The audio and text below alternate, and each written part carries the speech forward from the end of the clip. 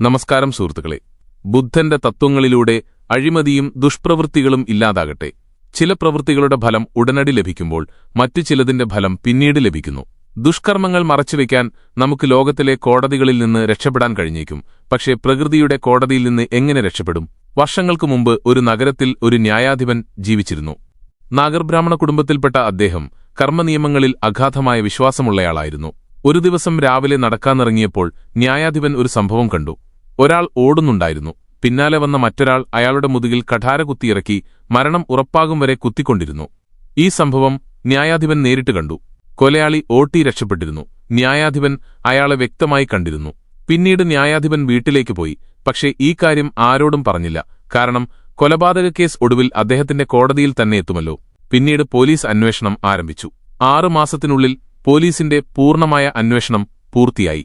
കൊലപാതക case register ചെയ്യപ്പെട്ടു. ഒടുവിൽ ഈ കേസ് ആ ന്യായാധിപന്റെ അടുത്തെത്തി. പക്ഷേ കൊലയാളി മറ്റൊരാളാണെന്ന് അദ്ദേഹം കണ്ടു. അന്ന് അദ്ദേഹം കണ്ട കൊലയാളി ഈ വ്യക്തിയായിരുന്നില്ല. തുടർന്ന് വിചാരണ ആരംഭിച്ചു. ആ വ്യക്തിയെ കൊലയാളിയായി തെളിയിക്കുന്നതിന് വ്യക്തമായ തെളിവുകൾ ലഭിച്ചു. ഈ വ്യക്തി നിരപരാധിയാണെന്ന് ന്യായാധിപന് അറിയാമായിരുന്നു. പക്ഷേ ഒരു ന്യായാധിപൻ തെളിവുകളുടെ അടിസ്ഥാനത്തിൽ വേണം വിധി പറയാൻ. സ്വന്തം അഭിപ്രായത്തിന്റെ അടിസ്ഥാനത്തിൽ ഒരാളെ നിരപരാധിയായി പ്രഖ്യാപിക്കാൻ കഴിയില്ല. അതിനാൽ എല്ലാ തെളിവുകളോടും കൂടി ആ വ്യക്തിയെ കൊലയാളിയായി പ്രഖ്യാപിച്ചു. എന്നാൽ ന്യായാധിപൻ വേദങ്ങളെയും പ്രകൃതിയുടെ കർമ്മനിയമങ്ങളെയും കുറിച്ച് നല്ല ധാരണയുള്ളയാളായിരുന്നു. യഥാർത്ഥ കൊലയാളി സ്വതന്ത്രനായി വിഹരിക്കുകയാണെന്നും ഒരു നിരപരാധിക്ക് ശിക്ഷ ലഭിക്കുകയാണെന്നും അദ്ദേഹത്തിന് മനസ്സിലായി. അതിനാൽ വധശിക്ഷ വിധിക്കുന്നതിനു മുമ്പ് വ്യാജ കൊലയാളിയെ അദ്ദേഹം തന്റെ അടുത്തേക്ക് വിളിപ്പിച്ചു. ന്യായാധിപന്റെ അടുത്തെത്തിയപ്പോൾ ആ വ്യക്തി കരയാൻ തുടങ്ങി. "ഞാൻ നിരപരാധിയാണ് സർ, ഞാൻ കൊല ചെയ്തിട്ടില്ല. പോലീസിന് യഥാർത്ഥ കൊലയാളിയെ കണ്ടെത്താൻ കഴിയാതെ വന്നപ്പോൾ എന്റെ പഴയ കുറ്റകൃത്യങ്ങളുടെ പേരിൽ എന്നെ അറസ്റ്റ് ചെയ്യുകയും എനിക്കെതിരെ തെളിവുകളുണ്ടാക്കി എന്നെ കോടതിയിൽ കൊലയാളിയായി സ്ഥാപിക്കുകയും ചെയ്തു" എന്ന് അയാൾ പറഞ്ഞു. അപ്പോൾ ന്യായാധിപൻ പറഞ്ഞു, "ഈ യാഥാർത്ഥ്യം എനിക്കറിയാം. നീ നിരപരാധിയാണ്. ഞാൻ കൊലയാളിയെ എന്റെ സ്വന്തം കണ്ണുകൊണ്ട് കണ്ടതാണ്. പക്ഷേ ഈ വിഷയം എനിക്ക് നിയമപരമായി കൊണ്ടുവരാൻ കഴിയില്ല. കാരണം നിയമം തെളിവുകളെ ആശ്രയിച്ചിരിക്കുന്നു. തെളിവുകൾ പൂർണ്ണമായും നിനക്കെതിരാണ്. അതിനാൽ നിയമപരമായി നിന്നെ കൊലയാളിയായി തെളിയിച്ച് വധശിക്ഷ വിധിക്കാൻ ഞാൻ പോകുന്നു. പക്ഷേ പ്രകൃതിയുടെ നിയമത്തിൽ എവിടെയും തെറ്റ് സംഭവിക്കുന്നില്ലെന്ന് ഉറപ്പുവരുത്തുന്നതിനായി ഞാൻ നിന്നോട് ഒറ്റയ്ക്ക് ഒരു ചോദ്യം ചോദിക്കുന്നു. ഇതിന് നീ എനിക്ക് കൃത്യമായ മറുപടി നൽകണം. എന്റെ ചോദ്യം ഇതാണ്: നീ മുൻകാലങ്ങളിൽ ആരുടെയെങ്കിലും കൊലപാതകം നടത്തിയിട്ടുണ്ടോ? അല്ലെങ്കിൽ അതിനോടൊപ്പമുള്ള എന്തെങ്കിലും ഗുരുതരമായ കുറ്റം ചെയ്തിട്ടുണ്ടോ?" തെറ്റായ ആരോപണങ്ങളിൽ കുടുങ്ങിയ ആ വ്യക്തി തലകുനിച്ചു പറഞ്ഞു, "ഞാൻ മുൻകാലങ്ങളിൽ 2 കൊലപാതകങ്ങൾ ചെയ്തിട്ടുണ്ട്. പക്ഷേ അന്ന് ഞാൻ പോലീസുകാർക്ക് ഒരുപാട് പണം നൽകിയതിനാൽ ഞാൻ നിരപരാധിയായി രക്ഷപ്പെട്ടു. പക്ഷേ ഈ കേസിൽ ഞാൻ ശരിക്കും നിരപരാധിയാണ്. എന്നിട്ടും എനിക്ക് ശിക്ഷ ലഭിക്കുന്നു." ന്യായാധിപന് മനസ്സിലായി, ദൈവത്തിന്റെ കർമ്മനിയമത്തിൽ യാതൊരു പിഴവുമില്ലെന്ന്. മുമ്പ് ചെയ്ത നല്ല കർമ്മങ്ങളുടെ ഫലം കാരണം അവന്റെ ക്രിയമാൻ കർമ്മം ഫലം നൽകാൻ വൈകിയിരിക്കാം. ആ കർമ്മങ്ങൾ സഞ്ചിതമായി കിടന്നു. ഇപ്പോൾ പുണ്യകർമ്മങ്ങളുടെ ഫലം അവസാനിച്ചപ്പോൾ മുമ്പ് ചെയ്ത 2 കൊലപാതകങ്ങളുടെ ഫലമായി സഞ്ചിതമായിരുന്ന കർമ്മം പ്രാരബ്ധരൂപത്തിൽ അവൻ നിരപരാധിയായിരുന്നിട്ടും അവന് വധശിക്ഷ നേടിക്കൊടുത്തു. പ്രകൃതി കർമ്മങ്ങൾക്കായി ഉണ്ടാക്കിയ നിയമങ്ങളിൽ ഒരു പിഴവുമില്ല. എന്ത് കർമ്മം ചെയ്താലും അതിന്റെ ഫലം നമുക്ക് ലഭിക്കുക തന്നെ ചെയ്യും. കർമ്മനിയമത്തിൽ ഒരു വക്കീലിന്റെ വാദവും നടക്കില്ല. ആരുടെയും ശുപാർശയും വിലപ്പോവില്ല. നമ്മുടെ പുണ്യകർമ്മങ്ങളുടെ ഫലം നമ്മോടൊപ്പമുള്ളിടത്തോളം കാലമെല്ലാം ശരിയായിരിക്കും. എന്നാൽ നമ്മൾ ചെയ്യുന്ന തെറ്റായ അല്ലെങ്കിൽ ദുഷ്കർമ്മങ്ങൾ സമയം വരുമ്പോൾ മാത്രമേ ഫലം നൽകൂ. അതുകൊണ്ട് കർമ്മം ചെയ്യുന്നതിന് മുമ്പ് നമ്മൾ ചിന്തിക്കണം. കർമ്മം ചെയ്തു കഴിഞ്ഞാൽ അതിന്റെ ഫലത്തിൽ നിന്ന് രക്ഷപ്പെടാൻ ശ്രമിക്കുന്നത് വെറുതെയാണ്. നമ്മൾ എന്ത് കർമ്മം ചെയ്താലും അതിന്റെ ഫലം ഏറ്റുവാങ്ങാൻ തയ്യാറായിരിക്കണം. സുഹൃത്തുക്കളെ, കർമ്മഫലവും വിധിയുടെ ലിഖിതവും ഒരിക്കലും മാഞ്ഞുപോകില്ലെന്ന് നിങ്ങൾ കേട്ടിട്ടുണ്ടാവുമല്ലോ. നമ്മൾ നല്ലതും ചീത്തയുമായ കർമ്മങ്ങൾ ഈ ഭൂമിയിൽ ചെയ്യുന്നു. നമ്മളെ ആരും കാണുന്നില്ലെന്ന് കരുതുന്നു. എന്നാൽ നമ്മളെ എപ്പോഴും നിരീക്ഷിക്കുന്ന ഒരു അദൃശ്യ ശക്തിയുണ്ട്. എന്തു വിതയ്ക്കുന്നുവോ അത് കൊയ്യും എന്ന ചൊല്ല് നിങ്ങൾ കേട്ടിട്ടുണ്ടാകും. നിങ്ങൾ ചെയ്യുന്ന കർമ്മങ്ങൾക്കനുസരിച്ച് നിങ്ങൾക്ക് ഫലം ലഭിക്കും. പക്ഷെ എനിക്കൊരു ചോദ്യമുണ്ട്. നിങ്ങൾ ചെയ്യുന്ന കർമ്മങ്ങൾക്കനുസരിച്ച് നിങ്ങൾക്ക് ഫലം ലഭിക്കുമെന്ന് നിങ്ങൾ വിശ്വസിക്കുന്നുണ്ടോ? ഈ കഥയിലൂടെ നമുക്ക് അത് മനസ്സിലാക്കാം. പക്ഷേ നിങ്ങൾ ഈ കഥയിൽ മുഴുകുന്നതിനു മുമ്പ് ഈ ചാനൽ സബ്സ്ക്രൈബ് ചെയ്യാനും വീഡിയോ ലൈക്ക് ചെയ്യാനും ഷെയർ ചെയ്യാനും കമന്റ് ചെയ്യാനും അഭ്യർത്ഥിക്കുന്നു. വളരെ കാലം മുമ്പ് ഒരു ഗ്രാമത്തിൽ രഘു എന്നൊരു കർഷകൻ ജീവിച്ചിരുന്നു. അവന്റെ കുടുംബത്തിൽ രഘുവും ഭാര്യയും മാത്രമേ ഉണ്ടായിരുന്നുള്ളൂ. ഒരു ദിവസം ആ കർഷകനും ഭാര്യയും ധാന്യം വിൽക്കാൻ നഗരത്തിലേക്ക് പോയി. ധാന്യം വിറ്റ് നഗരത്തിൽ നിന്ന് ഗ്രാമത്തിലേക്ക് മടങ്ങുമ്പോൾ ഒരു വിജനമായ വഴിയിൽ കുറച്ചു കൊള്ളക്കാർ അവരെ തടഞ്ഞു. ആ കർഷകന്റെയും ഭാര്യയുടെയും കൈവശമുണ്ടായിരുന്നതെല്ലാം ആ കൊള്ളക്കാർ കവർന്നെടുത്തു. ഇപ്പോൾ കർഷകന്റെയും ഭാര്യയുടെയും കൈവശമൊന്നും അവശേഷിച്ചിരുന്നില്ല. അവർ രണ്ടുപേരും വളരെയധികം വിഷമിച്ചു. ഇനി എന്തു ചെയ്യണമെന്ന് ചിന്തിച്ചു തുടങ്ങി. ഒരു വശത്ത് അപരിചിതമായ നഗരം, മറുവശത്ത് അവരുടെ ദയനീയാവസ്ഥ. കാരണം അപരിചിതമായ നഗരത്തിൽ പണം മാത്രമാണെല്ലാം. കർഷകൻ ഭാര്യയെയും കൂട്ടി അടുത്തുള്ള നഗരത്തിലേക്ക് നടന്നു തുടങ്ങി. ഞാനിപ്പോൾ എന്തു ചെയ്യും എന്ന ചിന്ത അവനെ അലട്ടിക്കൊണ്ടിരുന്നു. അങ്ങനെ നടന്നു നീങ്ങുമ്പോൾ നഗരത്തിനു പുറത്ത് ഒരു മഹാത്മാവിന്റെ കുടിൽ കണ്ടു. ആ കർഷകൻ ഭാര്യയെയും കൂട്ടി കുടിലിനടുത്തേക്ക് നടന്നു. കുടിലിനടുത്തെത്തിയപ്പോൾ അവിടെ ഒരു ചബൂത്രയിലിരുന്നു ശിഷ്യന്മാർക്ക് പ്രഭാഷണം നൽകുന്ന ഒരു മഹാത്മാവിനെ കണ്ടു. മഹാത്മാവിനെ കണ്ടപ്പോൾ കർഷകൻ ചിന്തിച്ചു, എന്റെ പ്രശ്നം ഈ സന്യാസിയോട് പറഞ്ഞാലോ, ഒരുപക്ഷെ അദ്ദേഹം എന്റെ പ്രശ്നത്തിന് എന്തെങ്കിലും പരിഹാരം കണ്ടെത്തിയേക്കും. അങ്ങനെ ചിന്തിച്ച് ആ കർഷകൻ ആ മഹാത്മാവിന്റെ അടുത്തെത്തി അദ്ദേഹത്തെ നമസ്കരിച്ചു. പിന്നീട് വളരെ വിനയത്തോടെ തന്റെ പ്രശ്നം ആ മഹാത്മാവിനോട് വിവരിച്ചു.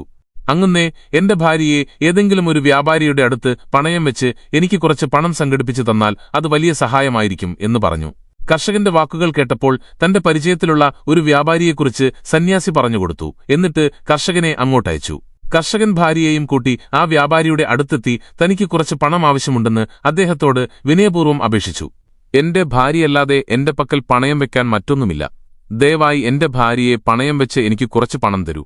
ആ പണം കൊണ്ട് ഞാനൊരു കച്ചവടം തുടങ്ങുകയും വേഗത്തിൽ പലിശ സഹിതം നിങ്ങളുടെ പണം തിരികെ നൽകി എന്റെ ഭാര്യയെ മോചിപ്പിക്കുകയും ചെയ്യാം. അതുവരെ എന്റെ ഭാര്യ നിങ്ങളുടെ പണം വാങ്ങിയതിനു പകരമായി നിങ്ങളുടെ അടുത്ത് പണയമായി നിൽക്കും. കർഷകന്റെ വാക്കുകൾ കേട്ടപ്പോൾ സേത്ത് പണം നൽകാൻ തയ്യാറായി.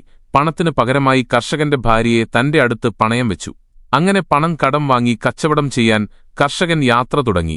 ആ പണം കൊണ്ട് കർഷകൻ ധാന്യവ്യാപാരം ആരംഭിച്ചു. അവനിപ്പോൾ ഒരു കർഷകനിൽ നിന്ന് വ്യാപാരിയായി മാറി. അവൻ കർഷകരിൽ നിന്ന് കുറഞ്ഞ വിലയ്ക്ക് ധാന്യം വാങ്ങി ആവശ്യമുള്ള മറ്റ് കർഷകർക്ക് കൂടിയ വിലയ്ക്ക് വിറ്റു. അങ്ങനെ രഘു വളരെ കുറഞ്ഞ സമയം കൊണ്ട് ആ പണം ഉപയോഗിച്ച് നല്ലൊരു സമ്പാദ്യം നേടി. രഘു നന്നായി പണം സമ്പാദിച്ചതിനുശേഷം 8 മാസത്തിനുശേഷം അവൻ ഭാര്യയെ സേത്തിന്റെ അടുത്ത് പണയം വെച്ചു പോയ അതേ നഗരത്തിലേക്ക് മടങ്ങിയെത്തി. നഗരത്തിലെത്തിയ രഘു നേരെ സേത്തിന്റെ അടുത്തെത്തി പറഞ്ഞു, സേജി, 8 മാസം മുമ്പ് ഞാൻ എന്റെ ഭാര്യയെ നിങ്ങളുടെ അടുത്ത് പണയം വെച്ചിരുന്നു. നിങ്ങളുടെ കണക്ക് തീർത്ത് എന്റെ പണം സ്വീകരിക്കൂ. എന്റെ ഭാര്യയെ എനിക്ക് തിരികെ തരൂ. ഇത് കേട്ട് സേത്ത് പറഞ്ഞു, സഹോദരാ, ഞാൻ എന്തു പറയാനാ? 3 മാസം മുമ്പ് നിന്റെ ഭാര്യയ്ക്ക് പെട്ടെന്ന് അസുഖം വന്നു. ആ അസുഖം കാരണം നിന്റെ ഭാര്യ മരിച്ചുപോയി. ഞാൻ നിന്റെ ഭാര്യയെ ഒരുപാട് ചികിത്സിച്ചു. ഏറ്റവും നല്ല വൈദ്യന്മാരെ കാണിച്ചു. പക്ഷേ എനിക്ക് നിന്റെ ഭാര്യയെ രക്ഷിക്കാൻ കഴിഞ്ഞില്ല. സേത്തിന്റെ വായിൽ നിന്ന് ഇത് കേട്ടപ്പോൾ രഘുവിന് വലിയ ദുഃഖം തോന്നി. എന്നിട്ട് സമാധാനത്തോടെ ആ സേത്തിനോട് പറഞ്ഞു, സേത്ജി, സംഭവിക്കേണ്ടത് സംഭവിച്ചു. ഒരുപക്ഷേ എന്റെ വിധിയിൽ അങ്ങനെയായിരുന്നിരിക്കാം. അവൾ എന്റെ കൂടെ ഉണ്ടായിരുന്നെങ്കിലും ആയുസ് തീർന്നാൽ മരിക്കുമായിരുന്നു. വിധിയെ ആർക്കാണ് തടുക്കാനാവുക? എന്നിരുന്നാലും എന്റെ പണം നിങ്ങൾ സ്വീകരിക്കൂ. അതുവഴി എന്റെ കടം വീട്ടി എന്റെ ഭാര്യയെ പണയം വെച്ചതിന്റെ കളങ്കത്തിൽ നിന്ന് ഞാൻ രക്ഷപ്പെട്ടു എന്നൊരു ആശ്വാസം എനിക്ക് ലഭിക്കും. രഘുവിന്റെ വാക്കുകൾ കേട്ട് സേത്ത് പറഞ്ഞു, ഇല്ല സഹോദരാ, നിന്റെ അമാനത്ത് നിനക്ക് തിരികെ നൽകാൻ എനിക്ക് കഴിയാത്ത സ്ഥിതിക്ക് നിന്റെ കടം തിരികെ വാങ്ങാൻ എനിക്ക് അവകാശമില്ല. രഘു പലതവണ സേത്തിനോട് തന്റെ കടം തിരികെ വാങ്ങാൻ നിർബന്ധിച്ചു. പക്ഷേ സേത്ത് സമ്മതിച്ചില്ല. വിഷണ്ണനായി രഘു അവിടെ നിന്ന് പോകുമ്പോൾ ആദ്യമായി ആ സന്യാസിയെ കണ്ട അതേ സ്ഥലത്ത് വീണ്ടുമെത്തി. പതിവ് പോലെ സന്യാസി തന്റെ ചബൂത്രയിലിരുന്ന് ശിഷ്യന്മാർക്ക് പ്രഭാഷണം നൽകുകയായിരുന്നു. രഘുവും മനസമാധാനത്തിനായി അവിടെ ചെന്നിരുന്ന് മഹാത്മാവിന്റെ പ്രഭാഷണം കേട്ടു. സന്യാസി രഘുവിനെ കണ്ടപ്പോൾ അവനെ തിരിച്ചറിഞ്ഞു. അവന്റെ വിവരങ്ങൾ ചോദിച്ചറിഞ്ഞു. രഘു നടന്ന സംഭവങ്ങളെല്ലാം ആ സന്യാസിയോട് വിവരിച്ചു. ആ സന്യാസി ഒരു സിദ്ധനായിരുന്നു. രഘുവിന്റെ വാക്കുകൾ കേട്ട് സന്യാസി പറഞ്ഞു, സഹോദരാ, ആ സേത്ത് നിന്നെ വഞ്ചിച്ചിരിക്കുന്നു. നിന്റെ ഭാര്യ തീർച്ചയായും ജീവിച്ചിരിപ്പുണ്ട്. നിന്റെ ഭാര്യയെ ഒന്നുകിൽ ആ സേത്ത് തന്റെ വീട്ടിൽ ഒളിപ്പിച്ചിരിക്കുകയാണ്, അല്ലെങ്കിൽ തന്റെ ഏതെങ്കിലും പരിചയക്കാരന്റെ അടുത്ത് ദൂരെയുള്ള എവിടെയെങ്കിലും അയച്ചിരിക്കാം. ഇനി നീ എന്തു ചെയ്യണം എന്നുവെച്ചാൽ ഇവിടുത്തെ രാജാവിന്റെ അടുത്തു പോകുക. രാജാവിന്റെ കൊട്ടാരത്തിൽ ചെന്ന്, രാജാവേ, എന്റെ ഭാര്യയെ സേത്തിൽ നിന്ന് എനിക്ക് വാങ്ങിത്തരണം എന്ന് അപേക്ഷിക്കുക. കാരണം ഈ നഗരത്തിലെ രാജാവ് വളരെ ബുദ്ധിമാനാണ്. അദ്ദേഹം തീർച്ചയായും ആ സേത്തിൽ നിന്ന് നിന്റെ ഭാര്യയെ നിനക്ക് വാങ്ങിത്തരും. അവരുടെ കൊട്ടാരത്തിൽ വെച്ചുതന്നെ നിന്റെ കാര്യത്തിൽ ഒരു തീരുമാനമുണ്ടാകും. രഘു ആ സന്യാസിയുടെ വാക്കുകേട്ട് രാജാവിന്റെ കൊട്ടാരത്തിലേക്ക് പുറപ്പെട്ടു. രഘു രാജാവിന്റെ കൊട്ടാരത്തിലെത്തി രാജാവിനോട് അപേക്ഷിച്ചു, മഹാരാജാവേ, എന്റെ ഭാര്യയെ സേത്തിൽ നിന്ന് എനിക്ക് വാങ്ങിത്തരണം. ഞാൻ സേത്തിൽ നിന്ന് കുറച്ച് പണം കടം വാങ്ങിയിരുന്നു. അതിനു പകരമായി എന്റെ ഭാര്യയെ സേത്തിന്റെ അടുത്ത് പണയമായി നിർത്തി. ഞാൻ പണവുമായി എന്റെ ഭാര്യയെ സേത്തിന്റെ അടുത്തുനിന്ന് കൂട്ടിക്കൊണ്ടുപോകാൻ ചെന്നപ്പോൾ അവൾ മരിച്ചുപോയി എന്ന് അയാൾ പറയുന്നു. അയാൾ കള്ളം പറയുകയാണ്. രഘുവിന്റെ അപേക്ഷ കേട്ട് രാജാവ് സേത്തിനെ കൊട്ടാരത്തിലേക്ക് വിളിപ്പിച്ചു. എന്നിട്ട് ചോദിച്ചു, സേത്ത്, ഈ കർഷകൻ കുറച്ച് പണത്തിനു പകരമായി ഭാര്യയെ നിന്റെ അടുത്ത് പണയം വെച്ചിരുന്നു എന്നത് സത്യമാണോ? സേത്ത് സമ്മതിച്ചുകൊണ്ട് പറഞ്ഞു, അതെ രാജൻ, കർഷകന്റെ ഈ വാക്ക് തീർത്തും സത്യമാണ്. രാജാവ് വീണ്ടും ചോദിച്ചു, എന്തുകൊണ്ടാണ് നീ ഇവന്റെ ഭാര്യയെ തിരികെ നൽകാത്തത്? രാജാവിന്റെ ചോദ്യം കേട്ട് സേത്ത് പറഞ്ഞു, എനിക്ക് എങ്ങനെ തിരികെ നൽകാൻ കഴിയും മഹാരാജാവേ? 3 മാസം മുമ്പ് ഇവന്റെ ഭാര്യ മരിച്ചുപോയെന്ന് ഞാൻ ഈ കർഷകനോട് പറഞ്ഞിരുന്നല്ലോ. മഹാരാജാവേ, എനിക്ക് ധർമ്മരാജന്റെ അടുത്തുപോയി ഇവന്റെ ഭാര്യയെ തിരികെ കൊണ്ടുവരാൻ കഴിയില്ലല്ലോ.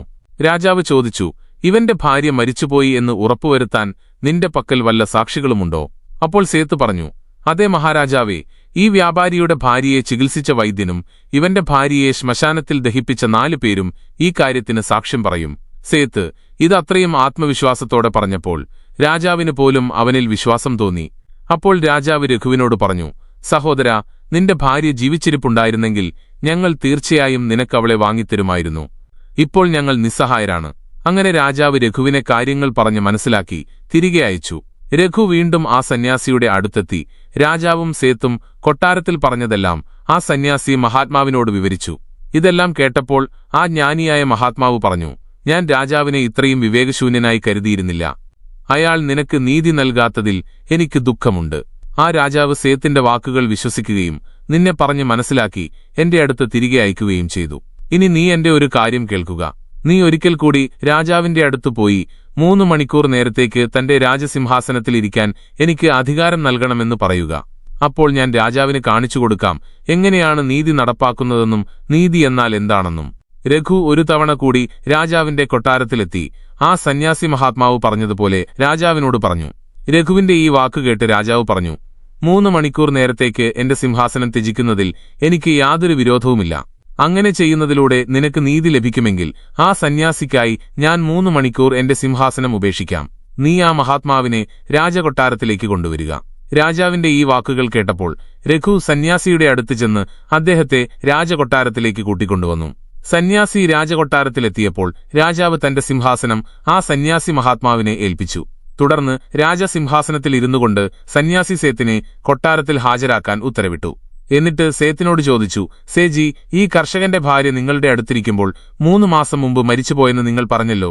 കൂടാതെ ഭാര്യ മരിച്ചതിന് സാക്ഷികളുമുണ്ടെന്ന് നിങ്ങൾ പറയുന്നു. എനിക്ക് ആ സാക്ഷികളെ കാണാൻ കഴിയുമോ?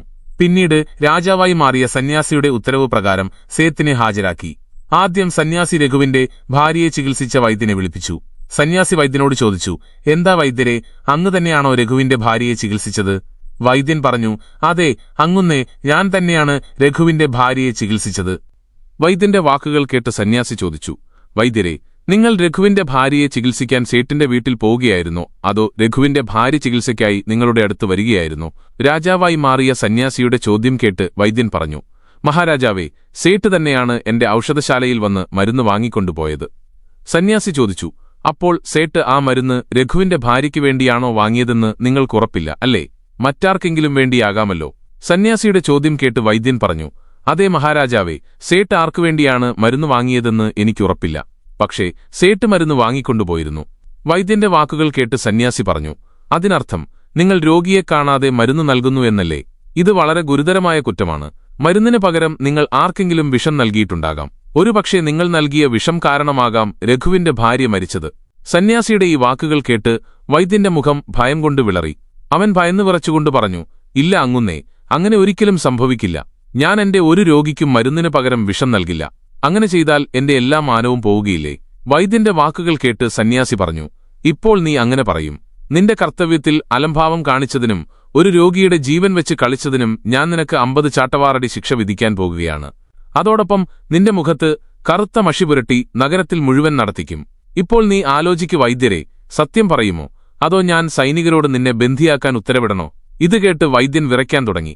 അവൻ ആ സന്യാസിയുടെ കാൽക്കൽ വീണു പറഞ്ഞു, ദൈവമേ, എന്നോട് ക്ഷമിക്കണം. ഞാൻ സമ്മതിക്കുന്നു, സേട്ടിന്റെ ഒരു രോഗിയെയും ഞാൻ ചികിത്സിച്ചിട്ടില്ല. സേട്ട് എനിക്ക് പണം നൽകി, ആവശ്യമെങ്കിൽ തനിക്ക് അനുകൂലമായി സാക്ഷി പറയാൻ പറഞ്ഞു. ആ സേട്ടിന്റെ നിർദ്ദേശം ഞാൻ ആർത്തി കാരണം സ്വീകരിച്ചു. അതാണ് എന്റെ ഏക കുറ്റം. രാജാവായി മാറിയ സന്യാസി പറഞ്ഞു, വൈദ്യരെ, എന്തുതന്നെയായാലും നിങ്ങൾ കുറ്റം ചെയ്തിട്ടുണ്ട്. അതുകൊണ്ട് വ്യാജസാക്ഷ്യം പറഞ്ഞതിന് ഞാൻ നിനക്ക് 100 ചാട്ടവാറടി ശിക്ഷ വിധിക്കുന്നു. സന്യാസിയുടെ ഉത്തരവ് രാജാവിന്റെ സൈനികർ ഉടൻ തന്നെ നടപ്പിലാക്കി. സൈനികർ ഉടനടി ആ വൈദ്യനെ പിടികൂടി നിറഞ്ഞ രാജകൊട്ടാരത്തിൽ വെച്ച് ചാട്ടവാറടി നൽകാൻ തുടങ്ങി. ആദ്യത്തെ അടി കിട്ടിയപ്പോൾ അവൻ ഉച്ചത്തിൽ നിലവിളിച്ചു പറഞ്ഞു, മഹാരാജാവേ, എന്നോട് കരുണ കാണിക്കൂ. മഹാരാജാവേ, എന്നോട് ദയ കാണിക്കൂ. ഞാൻ മരിച്ചുപോകും. ഓരോ അടിയോടൊപ്പവും അവന്റെ തൊണ്ടയിൽ നിന്ന് ദയനീയമായ ശബ്ദങ്ങൾ പുറത്തുവന്നു. അവന്റെ നിലവിളികൾ രാജകൊട്ടാരത്തിൽ മുഴങ്ങി. വൈദ്യനിങ്ങനെ സംഭവിക്കുന്നത് കണ്ട് മറ്റ് സാക്ഷികളും ഭയന്നു. ഇനി രഘുവിന്റെ ഭാര്യയെ ശ്മശാനത്തിലേക്ക് കൊണ്ടുപോയെന്ന് അവകാശപ്പെട്ട ആ 4 സാക്ഷികളുടെ ഊഴമായിരുന്നു. സന്യാസി അവരോട് ചോദിച്ചു, നിങ്ങൾ 4 പേരും ഈ രഘുകർഷകന്റെ മരിച്ച ഭാര്യയുടെ ശരീരം ശ്മശാനത്തിൽ കൊണ്ടുപോയി ദഹിപ്പിച്ചു എന്നാണല്ലോ പറയുന്നത്. എന്നാൽ ഇത് പറയുക, അന്ത്യകർമ്മങ്ങൾക്ക് മുമ്പ് മൃതദേഹം കുളിപ്പിക്കുമ്പോൾ, പിന്നീട് കഫനത്തിൽ പൊതിഞ്ഞ് നിലത്ത് വയ്ക്കുമ്പോൾ, കുളിപ്പിക്കുന്ന സമയത്ത് നിങ്ങൾ ആ സ്ത്രീയുടെ മൃതദേഹം കണ്ടിരുന്നോ? ഇത് കേട്ട് സേട്ടിന്റെ 4 സാക്ഷികളും പറഞ്ഞു, ഇല്ല അങ്ങുന്നേ, ഞങ്ങൾ അവളുടെ മൃതദേഹം കണ്ടിരുന്നില്ല. സേഠ്ജി ശവമഞ്ചം തയ്യാറാക്കിയതിനു ശേഷമാണ് ഞങ്ങളത് ശ്മശാനത്തിലേക്ക് കൊണ്ടുപോയി ദഹിപ്പിച്ചത്. ആ 4 സാക്ഷികളുടെ വാക്കുകൾ കേട്ട് സന്യാസി പറഞ്ഞു, അപ്പോൾ ആ ശവമഞ്ചത്തിൽ മരിച്ച മനുഷ്യനാണോ അതോ ജീവിച്ചിരിക്കുന്ന വ്യക്തിയാണോ കിടക്കുന്നത് എന്ന് നിങ്ങൾ അറിയാൻ ശ്രമിച്ചില്ല അല്ലേ? ഒരുപക്ഷെ അതിൽ വിഷം കഴിച്ച് ബോധരഹിതനായ ഒരു വ്യക്തിയാകാം കിടന്നിരുന്നത്. എന്നിട്ട് നിങ്ങൾ അയാളെ ശ്മശാനത്തിൽ കൊണ്ടുപോയി ദഹിപ്പിച്ചു. ഇത് വളരെ ഗുരുതരമായ കുറ്റമാണ്. ഇതിന് നിങ്ങൾക്ക് തൂക്കുകയർ പോലും ശിക്ഷയായി ലഭിക്കാം. 4 സാക്ഷികളും വൈദ്യന്റെ അടി കണ്ടു ഭയന്നിരിക്കുകയായിരുന്നു. സന്യാസിയുടെ വായിൽ നിന്ന് തൂക്കുകയറിനെക്കുറിച്ചുള്ള വാക്ക് കേട്ടപ്പോൾ അവരുടെ കൈകാലുകൾ തണുത്തുറഞ്ഞുപോയി. സന്യാസി വിനയത്തോടെ സേത്തിനെ നോക്കി. ആ സന്യാസി സേത്തിനെ നോക്കിയപ്പോൾ സേട്ടിന്റെ മുഖം വിളറി. സേത്തിനോട് പറഞ്ഞു, സേഠ്ജി, നിങ്ങളുടെ 5 സാക്ഷികളുടെയും ധൈര്യം ചോർന്നുപോയിരിക്കുന്നു. ഇപ്പോൾ പറയൂ, ഒരാളുടെ ഇഷ്ടത്തിന് വിരുദ്ധമായി അയാളുടെ ഭാര്യയെ നിർബന്ധിച്ച് വീട്ടിൽ നിർത്തുന്നതിനും അമാനത്തിൽ വഞ്ചന കാണിച്ചതിന് നിങ്ങൾ ഏത് ശിക്ഷയാണ് തിരഞ്ഞെടുക്കാൻ ഇഷ്ടപ്പെടുന്നത്? സന്യാസിയുടെ വാക്കുകൾ കേട്ട് സേത്ത് പരിഭ്രാന്തനായി. അവന്റെ വായിൽ നിന്ന് ഒരു വാക്കും പുറത്തുവന്നില്ല. രാജാവായി മാറിയ സന്യാസി പറഞ്ഞു, സേത്ത്, ഞാൻ നിനക്ക് 10 വർഷത്തെ കഠിന തടവ് ശിക്ഷ വിധിക്കുന്നതിനു മുമ്പ് ഇപ്പോഴും സമയമുണ്ട്. നീ ഈ രഘു എന്ന കർഷകന്റെ ഭാര്യയെ കൊട്ടാരത്തിൽ ഹാജരാക്കുക. ശിക്ഷാഭയം കാരണം സേത്ത് ഉടൻ തന്നെ തന്റെ സേവകരെ വീട്ടിലേക്ക് അയച്ചു. സേവകരെ വീട്ടിലേക്ക് അയച്ച് രഘുവിന്റെ ഭാര്യയെ കൊട്ടാരത്തിൽ ഹാജരാക്കി. സന്യാസി സേത്തിന്റെ കയ്യിൽ നിന്ന് രഘുവിന് അവന്റെ ഭാര്യയെ തിരിച്ചേൽപ്പിച്ചു. സേത്തിന് തെറ്റായ സാക്ഷ്യം പറഞ്ഞതിന് 5 മാസത്തെ തടവ് ശിക്ഷ വിധിച്ചു. രഘുവിന്റെ ഭാര്യയുടെ മൃതദേഹം ശ്മശാനത്തിലേക്ക് കൊണ്ടുപോയെന്ന് തെറ്റായ സാക്ഷ്യം നൽകിയ ആ 4 സാക്ഷികൾക്കും ശിക്ഷ ലഭിച്ചു. ഇത് കണ്ട് രാജാവ് ആശ്ചര്യഭരിതനായി സന്യാസിയോട് പറഞ്ഞു, മഹാത്മാവേ, അങ്ങ് അനുഗ്രഹീതനാണ്. നീതി എങ്ങനെയാണ് നടപ്പാക്കേണ്ടതെന്നും നീതി എന്താണെന്നും അങ്ങ് എന്നെ പഠിപ്പിച്ചു. രാജാവിന്റെ വാക്കുകൾ കേട്ട് ആ സന്യാസി പറഞ്ഞു, രാജൻ, എന്റെ 3 കാര്യങ്ങൾ എപ്പോഴും ഓർമ്മിക്കുക. ഈ 3 സ്ഥലങ്ങളിൽ വെച്ച് ഒരിക്കലും നിങ്ങളുടെ ഭാര്യയെ തനിച്ചാക്കരുത്. ഈ സ്ഥലങ്ങളിൽ ആരെങ്കിലും തന്റെ ഭാര്യയെ തനിച്ചാക്കിയാൽ അവർക്ക് പിന്നീട് വലിയ പശ്ചാത്താപമുണ്ടാകും. 1-ാമത്തെ സ്ഥലം, നിങ്ങളുടെ ഭാര്യയ്ക്ക് എന്തെങ്കിലും അസുഖം വന്നാൽ അങ്ങനെയുള്ള അവസ്ഥയിൽ അവളെ രോഗത്തിൽ ഒറ്റപ്പെടുത്തരുത്. കാരണം ഒരു പുരുഷൻ ഒരു സ്ത്രീയുമായി വിവാഹം ചെയ്യുമ്പോൾ അവളുടെ സുഖത്തിലും ദുഃഖത്തിലും ജീവിതകാലം മുഴുവൻ കൂടെയുണ്ടാകുമെന്ന് വാക്കുകൊടുക്കുന്നു. അതുകൊണ്ട് രോഗാവസ്ഥയിൽ അവളോടൊപ്പം എപ്പോഴും ഉണ്ടായിരിക്കുകയും അവളെ പരിപാലിക്കുകയും ചെയ്യുക. ഭാര്യ ഭർത്താവിനെ സേവിക്കുന്നതുപോലെ ഭർത്താവിനും തന്റെ ഭാര്യയെ സേവിക്കാൻ എപ്പോഴും തയ്യാറായിരിക്കേണ്ടത് കടമയാണ്. ഇത് നിങ്ങളുടെ കർത്തവ്യമാണ്. 2-ാമത്തെ സ്ഥലം, നിങ്ങളുടെ ഭാര്യ നിരപരാധിയാണെങ്കിൽ ആരെങ്കിലും അവളെക്കുറിച്ച് തെറ്റായ ആരോപണം ഉന്നയിക്കുകയാണെങ്കിൽ അങ്ങനെയുള്ള അവസ്ഥയിൽ എപ്പോഴും നിങ്ങൾ അവളോടൊപ്പം ഉണ്ടായിരിക്കണം. കാരണം ഒരു സ്ത്രീ തന്റെ മാതാപിതാക്കളുടെ വീട് വിട്ടുവരുന്നത് ഭർത്താവ് തന്റെ വികാരങ്ങൾ മനസ്സിലാക്കുകയും എല്ലാ സാഹചര്യങ്ങളിലും കൂടെ നിൽക്കുകയും ചെയ്യുമെന്ന പ്രതീക്ഷയിലാണ്. അതുകൊണ്ട് ലോകം അവൾക്കെതിരെ തെറ്റായ കുറ്റങ്ങൾ ചുമത്തുമ്പോൾ നിങ്ങൾ നിങ്ങളുടെ ജീവിത പങ്കാളിയോടൊപ്പം നിൽക്കണം. അങ്ങനെയുള്ള സമയത്ത് അവളെ ഒരിക്കലും ഒറ്റപ്പെടുത്തരുത്. അല്ലെങ്കിൽ അങ്ങനെയൊരു സാഹചര്യം വന്നാൽ നിങ്ങൾ നിങ്ങളുടെ ഭാര്യയോട് പറയണം, നീ ഒട്ടും വിഷമിക്കേണ്ട, ഞാൻ നിന്റെ കൂടെയുണ്ട്. 3-ാമത്തെ സ്ഥലം, അറിയാതെ പോലും നിങ്ങളുടെ ഭാര്യയെ അപരിചിതരായ പുരുഷന്മാരുടെ അടുത്ത് തനിച്ചാക്കരുത്. ഒരു സാഹചര്യത്തിലും നിങ്ങളുടെ ഭാര്യയെ മറ്റൊരു പുരുഷനോടൊപ്പം ഒറ്റയ്ക്ക് വിടരുത്. കാരണം ഇന്നത്തെ കാലത്ത് ആർക്കും ആരെയും വിശ്വാസമില്ല. ആരാണ് എപ്പോൾ ആരെ വഞ്ചിക്കുന്നതെന്ന് പറയാൻ കഴിയില്ല. സന്യാസിയുടെ വാക്കുകൾ കേട്ട് രഘുവിനും രാജാവിനും കാര്യങ്ങൾ മനസ്സിലായി. സുഹൃത്തുക്കളെ, ഈ വീഡിയോയിൽ നിന്ന് നിങ്ങൾ ഒരുപാട് നല്ല കാര്യങ്ങൾ പഠിച്ചു എന്ന് കരുതുന്നു. നമോ ബുദ്ധായ. ഇനി നമുക്ക് 2-ാമത്തെ കഥ ആരംഭിക്കാം. കർമ്മമാണോ ഭാഗ്യമാണോ വലുത്? ഈ ചോദ്യത്തിന് പുരാതന കാലം മുതൽക്കേ ആളുകൾ ഉത്തരം തേടുന്നുണ്ട്. ലോകത്ത് കർമ്മത്തിൽ വിശ്വസിക്കുന്നവർ പറയുന്നത് ഭാഗ്യം എന്നൊന്നില്ലെന്നാണ്. എന്നാൽ ചില ഭാഗ്യവാദികൾ പറയുന്നത് നല്ലതാണെങ്കിലും മോശമാണെങ്കിലും വിധിയിൽ എന്താണോ ഉള്ളത് അത് തീർച്ചയായും സംഭവിക്കുമെന്നാണ്. മനുഷ്യൻ കർമ്മത്തെയും ഭാഗ്യത്തെയും 2 വ്യത്യസ്ത കാഴ്ചപ്പാടുകളോടെയാണ് കാണുന്നത്. കർമ്മവും ഭാഗ്യവും തമ്മിൽ ഒരു വൈരുദ്ധ്യമുണ്ട്. പുരാതന കാലത്ത് ജ്ഞാനേശ്വരൻ എന്നൊരു സന്യാസിയുണ്ടായിരുന്നു. അദ്ദേഹത്തിന് കർമ്മേശനും ഭാഗ്യേശ്വരെന്നും പേരുള്ള 2 ശിഷ്യന്മാരുണ്ടായിരുന്നു. ഒരു ദിവസം അവർ 2 പേരും തമ്മിൽ തർക്കിച്ചു. അവരുടെ തർക്കവിഷയം കർമ്മമാണോ ഭാഗ്യമാണോ വലുത് എന്നതായിരുന്നു. കർമ്മേഷ് കർമ്മമാണ് വലുതെന്ന് വാദിച്ചു. ഭാഗ്യേശ്വരാകട്ടെ ഭാഗ്യമാണ് വലുതെന്ന് വാദിച്ചു. അവരുടെ തർക്കം വർദ്ധിച്ചപ്പോൾ അവർക്ക് ഗുരുവിന്റെ അടുത്ത് പോയി ഇതിനുള്ള ഉത്തരം ചോദിക്കേണ്ടി വന്നു. ഗുരു അവരോട് പറഞ്ഞു, ഞാൻ നിങ്ങൾക്ക് ഇതിനുള്ള ഉത്തരം തീർച്ചയായും നൽകും. നാളെ രാവിലെ നിങ്ങൾ രണ്ടുപേരും എന്റെ കുടിലിനു മുന്നിലെത്തുക. ഇത് പറഞ്ഞ് ഗുരു ധ്യാനത്തിൽ പ്രവേശിച്ചു. അടുത്ത ദിവസം 2 ശിഷ്യന്മാരും ഗുരുവിന്റെ കുടിലിന് മുന്നിലെത്തി. ഗുരുജി കുടിലിൽ നിന്ന് പുറത്തു വന്നപ്പോൾ അദ്ദേഹം തന്റെ 2 ശിഷ്യന്മാരെയും ഒരു ഇരുണ്ട കുടിലിനുള്ളിൽ അടച്ചു. ആ കുടിലിലൊട്ടും വെളിച്ചമുണ്ടായിരുന്നില്ല. കുറച്ചു സമയം കഴിഞ്ഞപ്പോൾ അവർക്ക് അതിയായ വിശപ്പും ദാഹവും തോന്നി. ഭാഗ്യേശ്വർ ചിന്തിച്ചു, എന്റെ പ്രാരബ്ധത്തിൽ, അതായത് എന്റെ ഭാഗ്യത്തിൽ എഴുതിയിരിക്കുന്നത് എനിക്ക് മാറ്റാൻ കഴിയില്ല. അതിനാൽ ഞാൻ ദൈവത്തെ ഓർമ്മിക്കുന്നു. അങ്ങനെ ചിന്തിച്ച് അവൻ ദൈവനാമം ജപിക്കാൻ തുടങ്ങി. എന്നാൽ കർമ്മേഷിന് ഇതൊരിക്കലും അംഗീകരിക്കാൻ കഴിഞ്ഞില്ല. അവൻ ചിന്തിച്ചു, ഞാൻ എന്തെങ്കിലും കർമ്മം ചെയ്യണം, അല്ലെങ്കിൽ ഞാൻ വിശന്നു മരിക്കും. അങ്ങനെ അവൻ ആ ഇരുണ്ട കുടിലിനുള്ളിൽ ഭക്ഷിക്കാനുള്ള വസ്തുക്കൾ തിരയാൻ തുടങ്ങി. അവന്റെ തല പലപ്പോഴും ചുവരിലിടിച്ചു, പലപ്പോഴും അവൻ ഏതെങ്കിലും വസ്തുവിൽ തട്ടിവീണു. ഒരുപാട് പരിശ്രമിച്ചതിനുശേഷം അവനൊരു മൺപാത്രം കിട്ടി. അവൻ മൺപാത്രത്തിനുള്ളിൽ കൈയിട്ട് നോക്കിയപ്പോൾ അവന് ചോളമണികൾ കിട്ടി. കർമ്മേഷ് ആ ചോളമണികൾ കിട്ടിയതിൽ വളരെ സന്തോഷിച്ചു. എന്നിട്ട് അവൻ ആ ചോളമണികൾ കഴിക്കാൻ തുടങ്ങി. ചോളമണികൾ കഴിച്ചുകൊണ്ടിരിക്കുമ്പോൾ പെട്ടെന്ന് അവന്റെ വായിൽ കല്ലുകൾ വരുമ്പോൾ അവൻ ആ കല്ലുകൾ ഭാഗ്യേശ്വറിനു കൊടുക്കുമായിരുന്നു. അടുത്ത ദിവസം രാവിലെ അവരുടെ ഗുരു കുടിലിന്റെ വാതിൽ തുറന്നപ്പോൾ കണ്ടത് കർമ്മേഷിന്റെ വയറ് നിറഞ്ഞുകിടക്കുന്നതും ഭാഗ്യേശ്വർ വിശന്നിരിക്കുന്നതുമാണ്. വാതിൽ തുറന്ന് കുടിലിനുള്ളിൽ വെളിച്ചം വന്നപ്പോൾ കർമ്മേഷ് അത്ഭുതപ്പെട്ടുപോയി. അവൻ കല്ലുകളാണെന്ന് കരുതി ഭാഗ്യേശ്വരന് നൽകിയതെല്ലാം വജ്രങ്ങളായിരുന്നു. ഈ കഥയുടെ സാരം ഓരോ വ്യക്തിക്കും വ്യത്യസ്തമായിരിക്കാം. ഈ കഥയിൽ നിന്ന് നിങ്ങൾ എന്താണ് മനസ്സിലാക്കിയതെന്ന് പറയുക. നമുക്ക് അടുത്ത കഥയിലേക്ക് കടക്കാം. അതിനുശേഷം കർമ്മമാണോ ഭാഗ്യമാണോ വലുതെന്ന് ഞാൻ നിങ്ങൾക്ക് പറഞ്ഞുതരാം.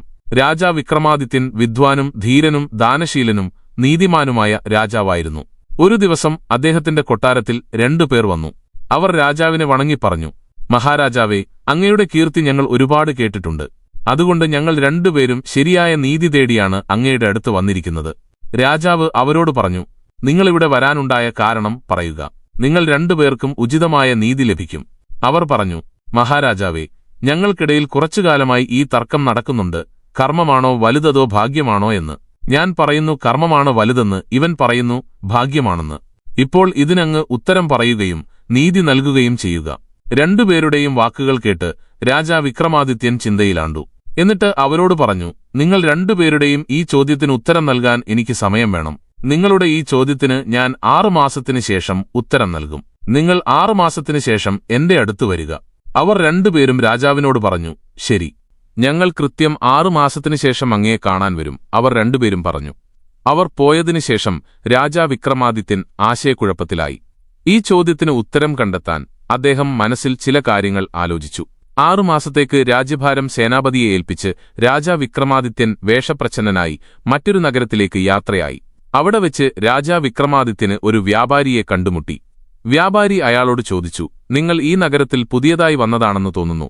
മുൻപ് കണ്ടിട്ടില്ലല്ലോ. രാജാവ് അയാളോട് പറഞ്ഞു, എന്റെ പേര് വിക്രം. ഞാൻ ഇന്നിവിടെ എത്തിയതാണ്. ഇപ്പോൾ ജോലി അന്വേഷിച്ച് നടക്കുകയാണ്. നിങ്ങളുടെ അടുത്ത് എന്തെങ്കിലും ജോലി കിട്ടിയാൽ വലിയ ഉപകാരമാകും. ആ വ്യാപാരി പറഞ്ഞു, അതെ, എനിക്കൊരു സേവകനെ ആവശ്യമുണ്ട്. നിങ്ങളെ കണ്ടാൽ നല്ല കുടുംബത്തിൽ നിന്നുള്ള ആളാണെന്ന് തോന്നുന്നു. ശരി, ഞാൻ നിങ്ങളെ ജോലിക്ക് വെച്ചാൽ എത്ര ശമ്പളം വേണം? വിക്രം പറഞ്ഞു, എനിക്ക് ഒരു ദിവസം 1000 മുദ്രകൾ വേണം. ഇത് കേട്ട് വ്യാപാരി ഞെട്ടി. അയാൾ ചോദിച്ചു, നിങ്ങളിൽ അങ്ങനെ എന്ത് പ്രത്യേകതയാണുള്ളത് ഇത്രയും അധികം ശമ്പളം ചോദിക്കാൻ? വിക്രം പറഞ്ഞു, നിങ്ങൾ ഒരു തവണ എന്നെ വെച്ച് നോക്കൂ. നിങ്ങൾക്ക് ഒരു പരാതിക്കും അവസരം നൽകില്ല. മറ്റാർക്കും ചെയ്യാൻ കഴിയാത്ത കാര്യങ്ങളും എനിക്ക് ചെയ്യാനാകും. ഇത് കേട്ട് വ്യാപാരി പറഞ്ഞു, നിങ്ങളുടെ വാക്കുകളിൽ ആത്മവിശ്വാസം നിറഞ്ഞു നിൽക്കുന്നു. അങ്ങനെയാണെങ്കിൽ നിങ്ങളുടെ ജോലി ഇന്നു മുതൽ ഉറപ്പായി. വ്യാപാരി എങ്ങനെ സേവകന്റെ വേഷത്തിലുള്ള രാജാ വിക്രമാദിത്യനെ ജോലിക്കെടുത്തു. ദിവസം മുഴുവൻ ജോലി ചെയ്തതിനുശേഷം രാജാ വിക്രമാദിത്യന് 1000 മുദ്രകൾ ലഭിച്ചു. അതിൽ നിന്ന് കുറച്ച് മുദ്രകൾ അദ്ദേഹം ബ്രാഹ്മണർക്ക് നൽകി. ബാക്കിയുള്ളതിൽ പകുതി ദരിദ്രർക്കും ഭിക്ഷക്കാർക്കും വിതരണം ചെയ്തു. ശേഷിച്ചതിൽ നിന്ന് കുറച്ച് സന്യാസിമാർക്ക് നൽകി. കുറച്ച് തനിക്കുള്ള ഭക്ഷണത്തിനായി മാറ്റിവെച്ചു. രാജാ വിക്രമാദിത്യൻ തന്റെ പാത്രവുമായി ഭക്ഷണം കഴിക്കാനിരുന്നപ്പോൾ പെട്ടെന്നൊരു സന്യാസി അദ്ദേഹത്തിന്റെ അടുത്തെത്തി പറഞ്ഞു, മോനെ, എനിക്ക് അതിയായ വിശപ്പുണ്ട്. എന്തെങ്കിലും കഴിക്കാൻ തന്നാൽ വലിയ ഉപകാരമാകും. ഇത് കേട്ട് രാജാ വിക്രമാദിത്യൻ പറഞ്ഞു, അതെ, നിങ്ങൾക്കു തീർച്ചയായും ലഭിക്കും. ഇത് കഴിക്കൂ. സന്യാസി പറഞ്ഞു, സന്തോഷമായിരിക്കും മോനെ, ദൈവം നിങ്ങളെ അനുഗ്രഹിക്കട്ടെ. വിക്രമാദിത്യൻ തന്റെ പാത്രം സന്യാസിയുടെ മുന്നിൽ വെച്ചു. സന്യാസി ഭക്ഷണം കഴിച്ച് അനുഗ്രഹിച്ചു പോയി. പക്ഷേ അന്ന് രാജാവിന് വിശന്നു കിടക്കേണ്ടി വന്നു. രാജാവ് മനസ്സിൽ വിചാരിച്ചു, ഇന്ന് കഷ്ടപ്പെട്ട് പണം സമ്പാദിച്ചു, പക്ഷേ ഭക്ഷണം ഭാഗ്യത്തിലില്ലായിരുന്നു. ഭക്ഷണം ലഭിച്ചില്ലെങ്കിലും മറ്റുള്ളവരെ സഹായിച്ചതിന്റെ പുണ്യം ലഭിച്ചല്ലോ. ഞാൻ കഠിനാധ്വാനം ചെയ്തില്ലായിരുന്നെങ്കിൽ ഭക്ഷണവും കിട്ടുമായിരുന്നില്ല, പുണ്യവും ലഭിക്കുമായിരുന്നില്ല. രാജാവിക്രമാദിത്യൻ ഇതെല്ലാം ചിന്തിച്ചുകൊണ്ടിരിക്കുമ്പോൾ തന്നെ വ്യാപാരി അദ്ദേഹത്തിന്റെ അടുത്തെത്തി പറഞ്ഞു, വിക്രം, നിങ്ങളുടെ അവശ്യസാധനങ്ങൾ കെട്ടിപ്പെറുക്കിക്കോളൂ. നമുക്ക് കടൽ കടന്ന് മറ്റൊരു രാജ്യത്തേക്ക് യാത്ര പോകണം. നിങ്ങളും എന്റെ കൂടെ വരണമെന്ന് ഞാൻ ആഗ്രഹിക്കുന്നു.